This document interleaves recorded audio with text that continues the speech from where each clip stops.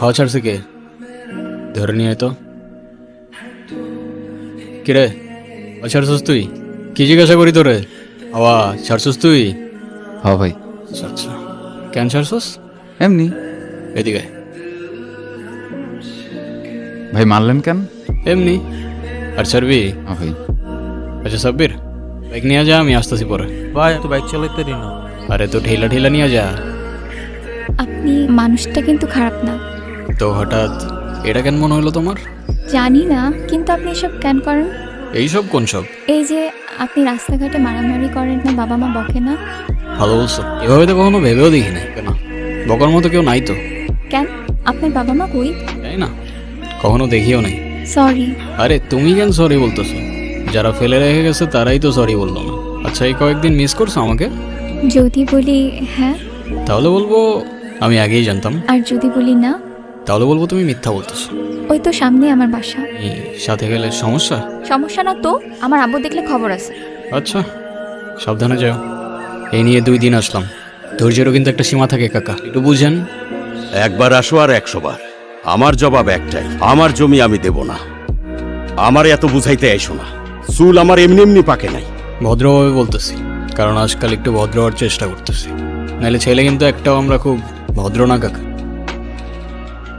তুমি আসো আর তোমার বাপ, জমি আমি এইটা দেব না। এই কাকা, বাপে যাওয়া উচিত হয় না আপনার। আর জমি লাগবে বলছি তো লাগবে, ব্যাস শেষ। আগা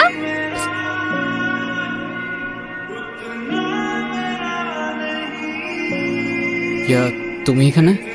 বাবা, ভিতরে যাও। আমি জানতাম না উনি তোমার বাবা। আর এসব আমি করতে চাই নাই। রাজু কাকা আমারে বারবার জোর করতেছিল। আমার কিছু করার ছিল না ঋতিকা।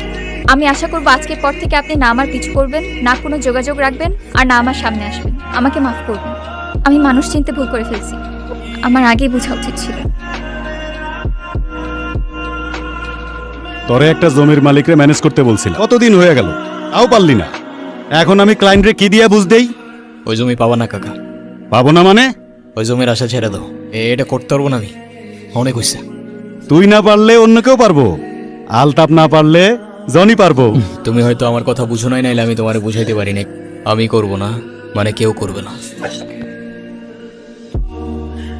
আমি আপনাকে হাতে বুঝিয়ে দিতেছি, কন্যাদানটা আজকে হইলেই ভালো হয়, বাকিটা আপনারা যা ভালো মনে করেন। আপনাদের মেয়ে তো আমাদেরও মেয়ে, আমি তো সেটাই চাই। জি জি জি। ঋতিকা কি হইতেছে এগুলা? বুঝলাম না আমি, কি করতেছো তুমি? ঋতিকা তুমি শুধু একবার বলো এসব তোমার অনিচ্ছা হইতেছে, আমি ঠিক করে দেবো। এটা করো না ঋতিকা, না তুমি ভালো থাকবা না আমি। আরে আজব কিছু বলতেছো না কেন? তোর অনেক ক্ষমতা থাকতে পারে, কিন্তু এটা আমার বাড়ি। তোরে যেন আমার সামনে আর না দেখি। যা বের হ। আমার মান সম্মান নিয়ে তোর তো কোনো চিন্তা নাই, অন্তত সমাজটার কথা ভাব। বাবা প্লিজ তুমি আমারে বিয়ে দিও না, বাবা আমি যা বলবো আমি তাই শুনবো বাবা please। যে ছেলে তোর বাবার গায়ে হাত তুলেছে তার জন্য তোর মায়া হয়? আসলে তুই কি চাস, তোর জীবন থেকে সইরা যাই? বাবা আমি ওরেও ছাড়তে পারবো না, বা আমি তোমারও ছাড়তে পারবো না। তুই এখন আবেগের মধ্যে আসোস, ভালো মন্দ এখনো বোঝার তোর বয়স হয় নাই। বিয়েটা হোক, তখন একাই সব সামলে নিতে পারবি। তোমার তো কোন এরকম দেই নাই ভাই, তুমি এমনি ভেঙ্গা পড়লা। আমগো কি হইব ভাই? আর সবকিছু মিথ্যা হইতে পারে, কিন্তু মায়া মিথ্যা হয় না। মায়াগুলো মিথ্যা ছিল না ঋতিকা। আমি খুব ভালো করেই জানতাম তুমি আসবা। আমি এসব কথা বলতে আসি নাই, শেষবার মতো তোমাকে একবার দেখার ইচ্ছা হয়েছে, তাই আমি আসছি। আমাকে একটা কথা দিবা? শেষবারের মতো মানে? চলো না তোমার বাবার সাথে আমি কথা বলবো। যে একবার হ্যাঁ বলো না, সব ঠিক করে দিব আমি। বলো তুমি। আমি তোমাকে বলছি, আমার একটা কথা দিবা তুমি? আরে বলো না তুমি কি করতে হবে। কখনো কারোর মায়ের জন্য নিজেই ক্ষতি করে ফেলো না প্লিজ।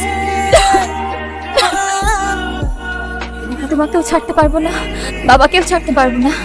আমাকে না হয় তোমরাই ছেড়ে দাও।